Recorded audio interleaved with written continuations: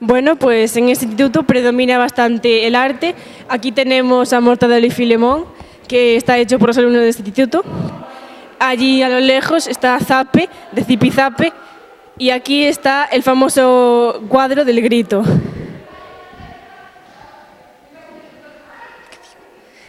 Y bueno, estos son unos pinceles.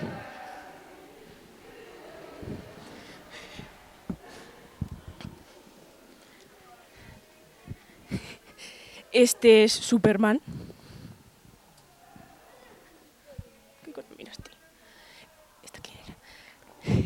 Y esta es Catwoman.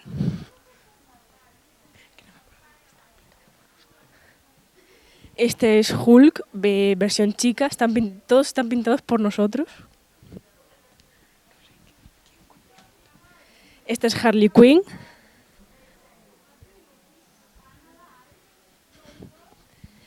Esta no sé quién es, la verdad.